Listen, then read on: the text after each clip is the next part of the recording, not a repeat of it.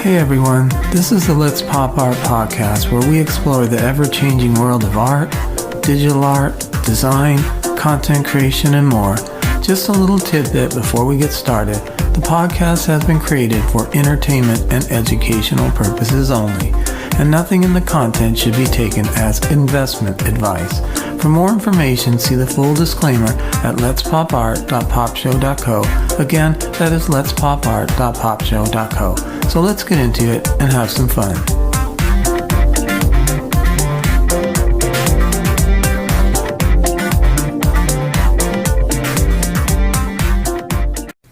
So let's get into this. This is our first episode of 2023, and we are jumping right in. So Happy New Year to everyone. As we begin to take this walk into the creative, stylish, artistic, and unique world of typography, this subtle art form is so present in our lives that sometimes it zooms right past us.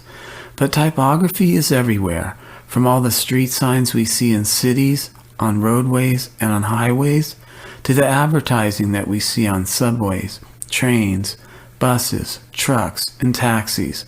Then there is the signage that we see on buildings, businesses, billboards, and storefronts. Then there is everything we see on TV, movies, commercials, websites, web applications, mobile applications, and social media. If you might feel adventurous on a day off, count how many times you see text and typography flashed in front of you in a day. We think you will be very surprised and see that it is all around us. If you live in a city like New York City, there are signs everywhere. But if you are someone who might live in a suburban area, you might be fascinated by how many signs you will see at an indoor or outdoor mall, and the typography used on all the storefronts. Once we start to become conscious of the fact that it is all around us, that is when the fun can really start. So let's dive in and start discussing fonts and the fact that there are a lot of them. When we did a simple search, we got a few different numbers. If you are interested, we will let you dive in on your own. But the simple answer is, there are a lot. So let's say the idea of taking stock of how much typography you might see in a day sounds fun, but you feel you just don't have enough time to do a whole day. Well, there are a lot of different variations that could apply if you might want to simplify this exercise. Let's say you might have an hour for lunch outside in a city or outdoor mall. Take a look at the storefronts and the typography that you see. Some might be artistic, and some might be classic. But if you get to the point that you might ask yourself, okay, what font is that one? That might be a sign that the typography lions have awakened and you are now becoming passionate about typography.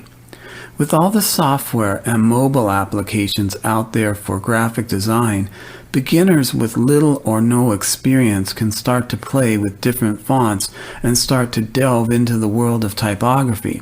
And if you even might want to take a simpler route, you could just start with word processing software and play with different fonts that way. For those of you who are highly experienced graphic designers, typographers, or both, this might seem simple and not of value to you, but the process of having a good eye for fonts and design is something that we are sure you would agree always takes practice. So let's ask a question to the highly experienced graphic designers and typographers out there. Do you think it is possible for a beginner in the world of typography, graphic design, or both to come into a room with experienced designers and pick a better font for an advertising campaign, and therefore astonish your design team? We are on the glass half full side when it comes to this question, thinking that the answer is yes. For beginners diving into the world of typography and graphic design, you might be surprised just how fast you can progress and the amazing things you can do pretty quickly. And at the very least, you might have some new, exciting, and creative ways to create content for social media. But that is just the start.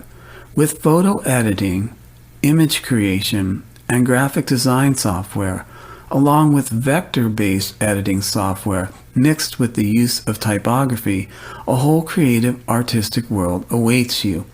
So if the next time you are watching a TV show or movie and you find that you are asking yourself what font is in the introduction text or title of the content, it might be a sign that those typography lines have awakened and you are now on your journey into typography.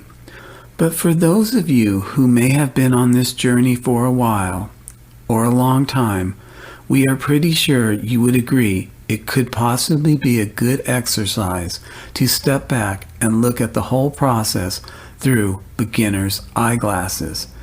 Design is a funny game, but the neat thing about it is no one really holds the key. A beginner can come along and do something miraculous, and so could someone with intermediate skills or advanced skills in design.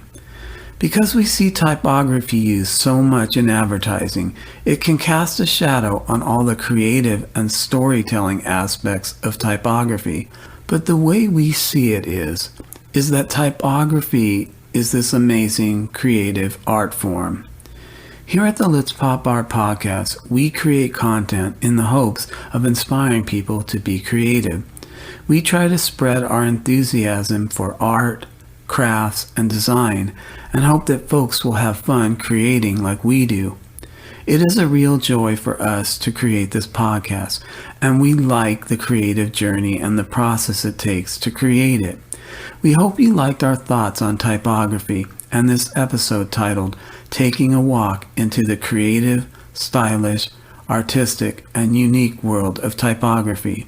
Until next time, thanks for listening. We hope you enjoyed the Let's Pop Art podcast, and if you'd like to continue the conversation, you can read our blog. Okay, so what about take 2? We hope you enjoyed the Let's Pop Art podcast, and if you'd like to continue... Okay, take 3. We hope you enjoyed the Let's Pop Art podcast, and if you'd like to continue the conversation, you can read our blog at letspopart.popshow.co or visit us on Twitter, Instagram, Pinterest, and TikTok. Until next time, thanks for listening.